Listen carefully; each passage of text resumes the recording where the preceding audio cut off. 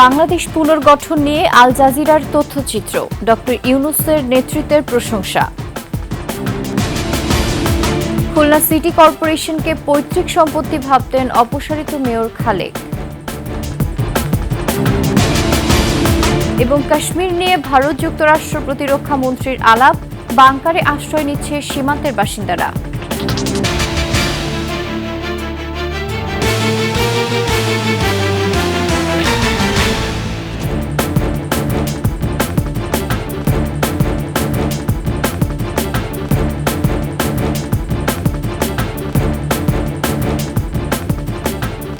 শুনছিলেন সংবাদ শিরোনাম, আমন্ত্রণ ২১ সংবাদে, সাথে আছি আমি ফাতেমা ফারজানা নির্জনা। দর্শক, ২১ টেলিভিশনের সংবাদ একই সাথে সরাসরি দেখতে পাবেন আমাদের ফেসবুক পেজ www.facebook.com/2124 অনলাইনে। এছাড়া সাবস্ক্রাইব করতে পারেন www.youtube.com/@21ETV চ্যানেলে। হাসিনার পতনের পর বাংলাদেশ পুনর্গঠন ও গণতান্ত্রিক উত্তরণে অন্তর্বর্তী সরকারের ভূমিকা নিয়ে তথ্যচিত্র প্রকাশ করেছে কাতার ভিত্তিক সংবাদ মাধ্যম আল জাজিরা। এতে প্রধান উপদেষ্টা ডক্টর মোহাম্মদ ইউনূসের নেতৃত্বের প্রশংসা করা হয়। ক্ষমতাচ্যুত হাসিনা আমলের অত্যাচার, নির্যাতন আর অপশাসনের চিত্রও তুলে ধরা হয় প্রায় ৫০ মিনিটের এই তথ্যচিত্রে, যাতে উঠে আসে কিভাবে রাষ্ট্রযন্ত্র ব্যবহার করে ফ্যাসিবাদ কায়েম করেছিল শেখ হাসিনা সরকার। বিস্তারিত নাইম আহমেদের ডেস্ক রিপোর্টে। বাংলাদেশ পুনর্গঠন ও গণতন্ত্র ফিরিয়ে আনতে ডক্টর মোহাম্মদ ইউনূসের ভূমিকার ভূয়সী প্রশংসা উঠে এসেছে আল জাজিরা তথ্যচিত্রে। এছাড়াও দেশ গঠনে, প্রশাসনের সংস্কার সহ বিচার ব্যবস্থা পুনর্গঠনে অন্তর্বর্তী সরকারের সাফল্যের কথা তুলে ধরা হয়েছে।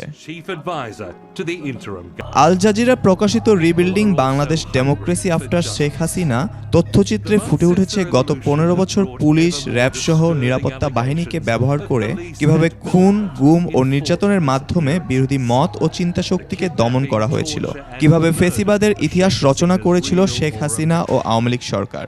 শুধুমাত্র বিরোধী দল ও চিন্তাকে দমন করতে র্যাব ও পুলিশকে ব্যবহার করে অনেককে অপহরণ করে টর্চার সেলে আটকে রেখে করা হয়েছে নির্যাতন। মানুষ মাসের পর মাস তাকে হাত পা বাঁধা অবস্থায় একটি জায়গায় রাখা হচ্ছে, পিটানো হয়, ভয়ভীতি প্রদর্শন করা হয়, মাথার হয়ে কারেন্ট শব্দ হয়। আমাকে যখন গাড়িতে তোলা হয়, তোলার পরে আমাকে পিস্তলের বাট দিয়ে আমাকে মাথায় আঘাত করা হয়। তখন আমি আমার পিছনের দিকে আমাকে ফেটে যায়। এছাড়া গত বছর কোটা সংস্কার আন্দোলন থেকে শুরু হওয়া বৈষম্য বিরোধী ছাত্র আন্দোলন দমনে কঠোর অবস্থান নেয় শেখ হাসিনা সরকার ও তার বাহিনী। সারা দেশে ছাত্র আন্দোলনে চালানো হয় অমানবিক নির্যাতন। আন্দোলনে আইন শৃঙ্খলা রক্ষা বাহিনীর হাতে মারা যায় ছাত্রসহ সাধারণ জনগণ। ছাত্র জনতার অভ্যুত্থানের মাধ্যমে দেশ ছেড়ে পালিয়ে যেতে বাধ্য হয় fascist Sarkar.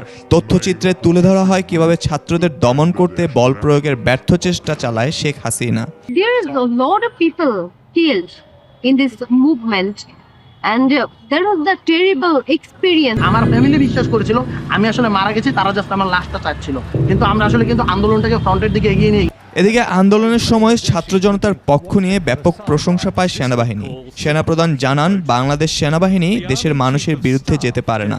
We wanted that things should happen very peacefully, the peaceful transition, less of bloodshed, less of chaos and confusion, less of destruction of property, all this. ছাত্র জনতার অনুরোধে বাংলাদেশ পুনর্গঠনে নিজের কাঁধে দায়িত্ব তুলে নেন ৮৪ বছর বয়সী শান্তিতে নোবেলজয়ী doctor Mohammad Yunus.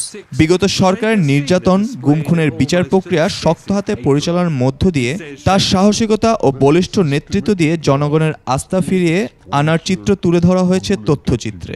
Don't come back because the moment you land, you'll end up in jail. ভারতের অনুশাসন থেকে বের হয়ে চোখে চোখ রেখে ভারতের সাথে সংঘাতে না জড়িয়ে শক্ত কূটনৈতিক অবস্থান প্রকাশ করে আলোচনার জন্ম দেন এই নোবেল বিজয়ী। তার নেতৃত্বে সংস্কারের মাধ্যমে নতুন করে বাংলাদেশ গড়ার চিত্র ফুটে উঠেছে এই আন্তর্জাতিক গণমাধ্যমের তথ্যচিত্রে। নাইম আহমেদ, ২১ টেলিভিশন। খুলনা সিটি কর্পোরেশনকে পৈতৃক সম্পত্তি ভাবতেন ফ্যাসিস্ট শেখ হাসিনার আস্থাভাজন অপসারিত মেয়র ও মহানগর আওয়ামী লীগের সভাপতি তালুকদার আব্দুল খালেক। নামে বেনামে টেন্ডার দিয়ে সিটি কর্পোরেশনের সব কাজই করতেন তিনি এবং তার প্রতিষ্ঠান। বিস্তারিত আশরাফুল ইসলাম নূরের তথ্যচিত্রে দেখুন ডেস্ক রিপোর্টে। আমার এখানে প্রশাসনে বলি দেওয়া আছে।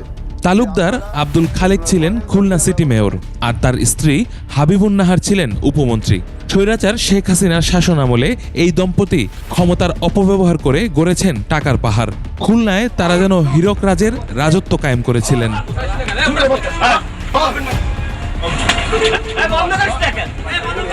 ঠিকাদারি কাজে দুর্নীতি, পছন্দের ঠিকাদারদের একচেটিয়া কাজ দেওয়া ও কমিশনের ভিত্তিতে কাজ বিক্রির অভিযোগ রয়েছে তালুকদার আব্দুল খালেকের বিরুদ্ধে।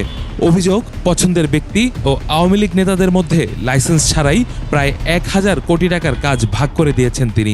টাকা নেছে 4 বছর ধরে 100% যে মুস্তাফিজ ছিল, কোন বিল, ওই বাবুল রানার বিল বলেন, আশার বিল বলেন, কাউন্সিলরকে বিল বলেন, কোনো বিল টাকা না দিয়ে যেতে পারেনি। 1% করে অ্যাকাউন্ট সিস্টেম নেছে। স্থানীয় চেম্বার ওনাদের হয়তো ইন্ধনে খুলনা সিটি কর্পোরেশনকে বাইপাস করে উনি এই কাজগুলো করছিলেন। সুযোগ পেলেই খালেদা জিয়া ও তারেক রহমান সম্পর্কে কটূক্তি করতেন আব্দুল খালেক। বিএনপির এক সময় সালাম তালুকদারের ভাইপো, তিনি ছিলেন প্রতিমন্ত্রী, কিন্তু তিনি সাংবাদিক সম্মেলনে বলছেন যে এই সেক্টর থেকে 22,000 কোটি টাকা তারেক জিয়া এবং মামুন ছিল কুখ্যাত সন্ত্রাসী এরশাদ শিকদারের সাথেও সখ্যতা।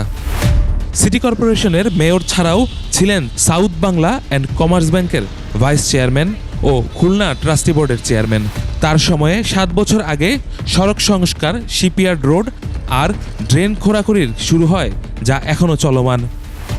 এই উন্নয়নের বুলি দিয়ে তিনি রাষ্ট্রীয় কোষাগার থেকে সরকারি বরাদ্দ যা এসছে তিনি লুটপাট করে খেয়েছেন। তার মনোনীত ব্যক্তিরাই সিটি কর্পোরেশনে কাজ করতেন। সিটি কর্পোরেশনের কোনো মেয়র বা কোনো কাউন্সিলর সিটি কর্পোরেশনে কোনো ব্যবসা করতে পারবে না। এটি সিটি কর্পোরেশনের অর্ডিন্যান্সের মধ্যে পরিষ্কারভাবে বলা আছে। তালুকদার আব্দুল খালেক, সে কিন্তু সিটি কর্পোরেশনের বিভিন্ন বেনামে স্বনামে কাজ করেছে। এসিসির এই অপসারিত মেয়র ও মহানগর আওয়ামী লীগের সভাপতি তালুকদার আব্দুল খালেকের দুর্নীতি ও অনিয়ম অনুসন্ধানে 21 জানুয়ারি 3 সদস্যের টিম গঠন করে দুদক। দুদকের আবেদনে 24 মার্চ আব্দুল খালেক ও তার স্ত্রী সাবেক উপমন্ত্রী হাবিবুন নাহারের 5টি ব্যাংক হিসাব, এফডিআর ও সঞ্চয়পত্র মিলে প্রায় 8 কোটি 10 লাখ টাকা ফ্রিজ করে আদালত। 5 আগস্ট ফ্যাসিস্ট সরকারের পতনের পর লাপাত্তা এই দম্পতি। ইউসুফ হাসান নাইম, 21 টেলিভিশন। জাহাঙ্গীরনগর বিশ্ববিদ্যালয় কেন্দ্রীয় শিক্ষার্থী সংসদ জাকসু নির্বাচনের তফসিল ঘোষণার পর থেকে ভোটের হাওয়ায় ভাসছে ক্যাম্পাস। সাধারণ শিক্ষার্থীদের মাঝে ফিরেছে উৎসাহ উদ্দীপনা। আগামী 31 জুলাই নির্বাচন ঘিরে নিজেদের গুছিয়ে নিচ্ছে রাজনৈতিক ছাত্র সংগঠনগুলো। সাভার প্রতিনিধি শাহেদ জুয়েলের তথ্যচিত্রে দেখুন ডেস্ক রিপোর্ট। লাল কৃষ্ণচূড়া আর হরেক রকম ফুলে জাহাঙ্গীরনগর বিশ্ববিদ্যালয় ক্যাম্পাস সেজেছে নতুন রূপে। সেই সাথে 33 বছর পর জাকসু নির্বাচনের তফসিল ঘোষণায় আরও রঙিন ক্যাম্পাস। জাকসু নির্বাচনের আলোচনা এখন টক অব দ্য ক্যাম্পাস।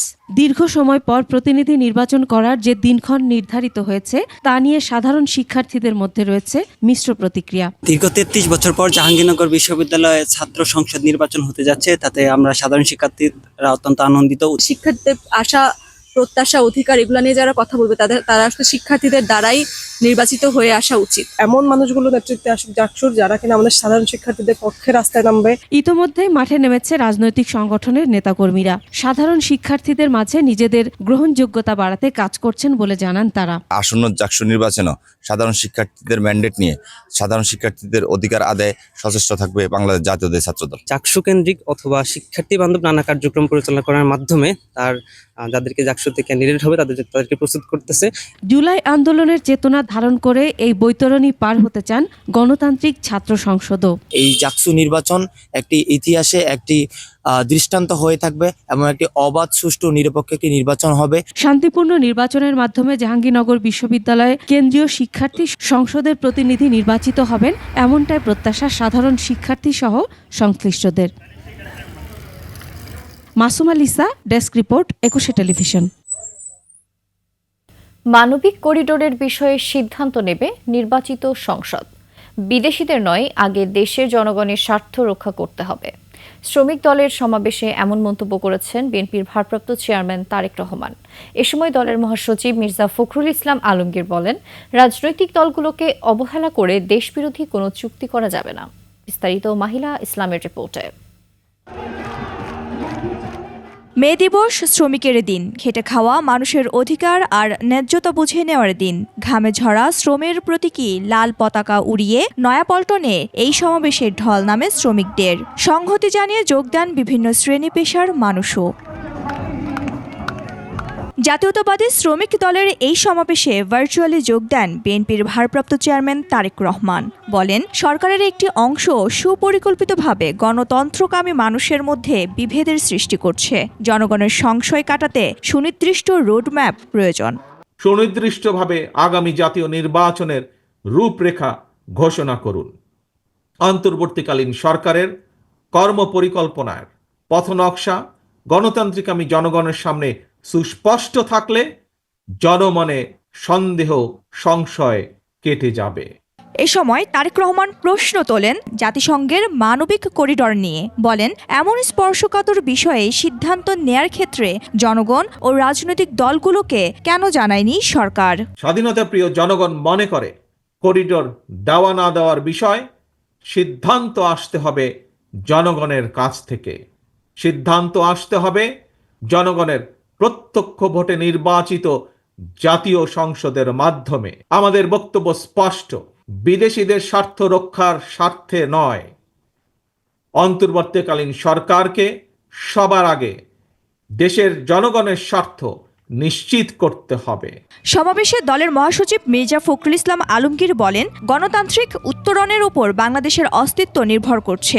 অবিলম্বে সমস্ত সংস্কার যেগুলো একমত হয়েছে দলগুলো, সেই সংস্কারগুলোকে আপনারা ইমপ্লিমেন্ট করেন, সেগুলোকে কাজে কাজ করেন, সংস্কারগুলো নিয়ে আসেন এবং দ্রুত নির্বাচনের ব্যবস্থা করেন। যেগুলোতে একমত হবে না সেগুলোর মধ্যে চার্টার অফ রিফর্মসকে সই করে তা পরবর্তী পার্লামেন্টে পাস করার ব্যবস্থা করেন। অনতিবিলম্বে যে সংস্কারগুলোর বিষয়ে রাজনৈতিক দলগুলো একমত হয়েছে তা প্রকাশ করার দাবিও উঠে আসে বিএনপি নেতাদের বক্তব্য থেকে। রাজনৈতিক দলগুলোকে পাশ কাটিয়ে কেউ যদি কোনো কিছু করতে চান তার বিরুদ্ধে প্রতিরোধ হবে। মাহিলা ইসলাম, 21 টেলিভিশন, ঢাকা। চোখ ফেরাবো ভারত পাকিস্তান উত্তেজনার দিকে। কাশ্মীর ইস্যুতে ভারত ও যুক্তরাষ্ট্রের প্রতিরক্ষা মন্ত্রীর মধ্যে আলাপ হয়েছে। এছাড়া চলমান উত্তেজনার মধ্যে সীমান্তে সামরিক মহড়া চালিয়েছে পাকিস্তান সেনাবাহিনী। পাকিস্তানের সঙ্গে চরম বৈরতাপূর্ণ ও যুদ্ধাবস্থা যখন চলছে, ঠিক সে সময় যুক্তরাষ্ট্রের প্রতিরক্ষা মন্ত্রী পিট হেগসেথের সঙ্গে কথা বলেছেন ভারতের প্রতিরক্ষা মন্ত্রী রাজনাথ সিং। এ সময় কাশ্মীরের পেহেলগামে সশস্ত্র সন্ত্রাসী হামলায় 26 জন নিহতের ঘটনায় ভারতের প্রতি সহমর্মিতা জানিয়েছেন পিট হেগসেথ। এছাড়া সন্ত্রাসবাদ দমনে নয়াদিল্লির পাশে থাকার কথাও জানান। এদিকে দুই দেশের উত্তেজনার মধ্যে নিজেদের প্রস্তুত রাখতে সীমান্তে পূর্ণাঙ্গ সামরিক মহড়া চালিয়েছে পাকিস্তান সেনাবাহিনী। যে কোনো মূল্যে যে কোনো আগ্রাসন রুখতে তারা প্রস্তুত বলে জানিয়েছে দেশটির ISPR। অন্যদিকে বিরাজমান যুদ্ধাবস্থায় সংঘাত থেকে নিজেদের রক্ষা করতে মাটির নিচে বাংকার নির্মাণ করছেন কাশ্মীরের বাসিন্দারা। মাথার ঘাম পায়ে ফেলে সবার অন্ন জোগালেও খোদ কৃষি বিভাগেই প্রতারিত কৃষকরা। তাদের জন্য বরাদ্দ টাকায় পকেট ভারী করছে একটি চক্র। কারা কিভাবে এমন অপকর্ম করছে, ব্রাহ্মণবাড়িয়া ঘুরে এসে জানাচ্ছেন আলী আহমেদ। ক্যামেরায় ছিলেন আব্দুর রাজ্জাক। ব্রাহ্মণবাড়িয়ার আশুগঞ্জ উপজেলা রেল লাইনে ট্রেন চলছে নিয়ম করেই, তবে অনিয়ম দেখা যায় রাস্তার ধারে। রেলের জমিতে flood reconstruction, emergency assistance project, free প্রকল্পের আওতায় গাছের চারা লাগিয়েছে কৃষি বিভাগ। সেখানে সাইনবোর্ডে কৃষকের মোবাইল নাম্বার দেয়া থাকলেও তারা জানান ভিন্ন কথা। একক ফল প্রদর্শনীর সাইনবোর্ডে আপনার নাম্বার দেওয়া, এই বিষয়টা কি আপনার জানা আছে ওখানে যে ফল গাছ টাছ লাগানো হয়েছে? না, আমি তো এটা সম্বন্ধে বেশি জানি না। সেখান থেকে আমরা অনুসন্ধান শুরু করি। কৃষকের জন্য যে বরাদ্দ রয়েছে তা কিভাবে বন্টন হচ্ছে। অনেক ক্ষেত্রে বরাদ্দ কৃষকের হাতে পৌঁছায় না, আর কখনো কখনো কৃষকের কপালে জোটে বরাদ্দের ক্ষুদ্র অংশ। আমার নিজের টাকা তো করছি, কোন দেরে কইছে পরে দিব, আর দেওই নাই। 4,500 টাকা মাস্টার হলে সাইন নিয়েছে, নেওয়া সেটা আমার 2,000 টাকা দিচ্ছে প্রথম। 50 টাকার কৃষকের 10 টাকার সম্পদ দেয় না। 40 টাকা তারা আত্মসাৎ করে। বীজ, সার, টাকা ছাড়াও কৃষকের জন্য বরাদ্দ হয় কৃষি যন্ত্রপাতি। অভিযোগ রয়েছে টাকার বিনিময়ে পছন্দের মানুষকে বরাদ্দ দেয়া হয় এসব যন্ত্র। যারা যোগ্য নন পাচ্ছেন তারাও। মেশিন দিয়ে আমি কোনো কিছু করার মতন আমার ক্যাপাসিটি নেই, আমি মেশিন দিয়ে কি করব। আনার পরে দেখছি যে এটার মধ্যে জং টং ধরানো, লাগাইতে পারে না, আর ফিটিংই করতে পারে না।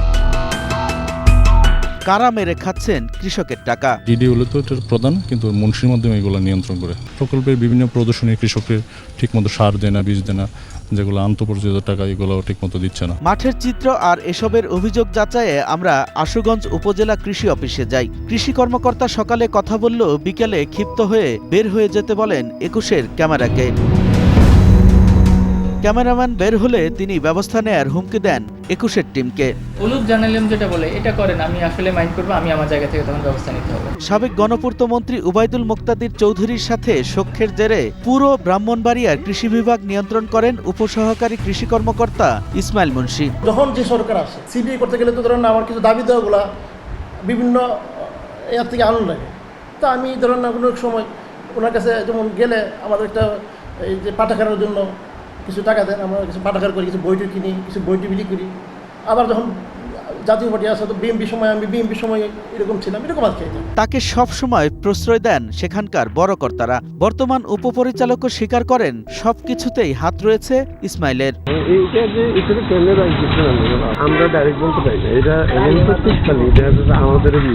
সরকারি চাকরি করে যারা কৃষকের হক নষ্ট করছেন তাদের বিষয়ে আইন কি বলে? এই বরাদ্দ কোনো সরকারি কর্মকর্তা মেরে দেওয়া হলে তার বিরুদ্ধে প্রথমেই ডিপার্টমেন্টাল প্রসিডিংস হবে, তাদেরকে আইনের আওতায় আনবে, শাস্তির মুখোমুখি করবে। আলী আহমেদ, 21 টেলিভিশন।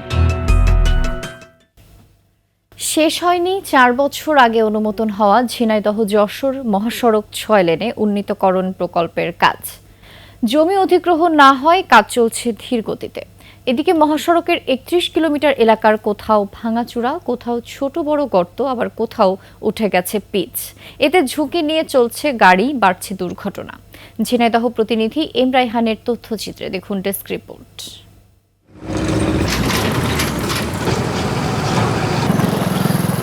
এ চিত্র ঝিনাইদহ যশোর মহাসড়কের। ঝিনাইদহ থেকে যশোর পর্যন্ত বুটিয়ারগাতি, তেঁতুলতলা, বিষখালী, নিমতলা সহ সড়কটির 31 কিলোমিটার জুড়েই ভাঙাচোরা, উঠে গেছে পিচ, সৃষ্টি হয়েছে নানা আকারের গর্তের, আর ধুলার যন্ত্রণা তো আছেই।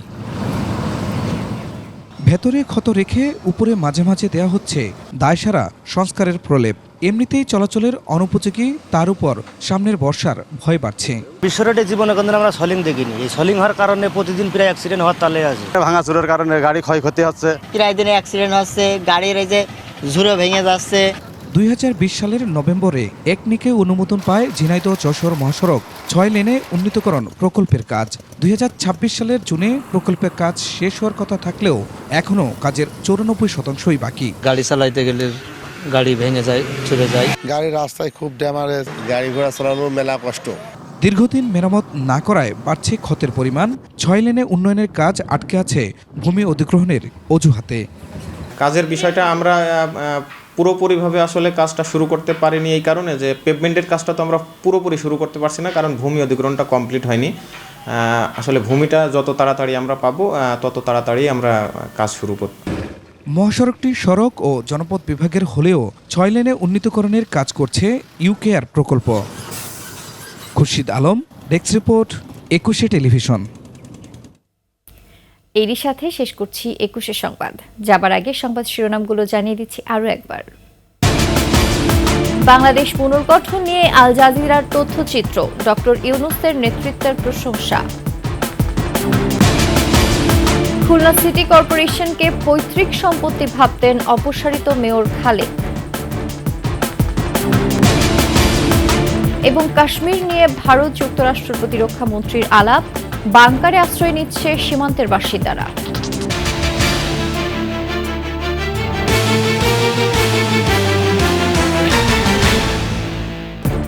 সর্বশেষ সংবাদ জানতে ডায়াল করুন 2021 নম্বরে আর ভিজিট করুন 21-tv.com ওয়েবসাইটে।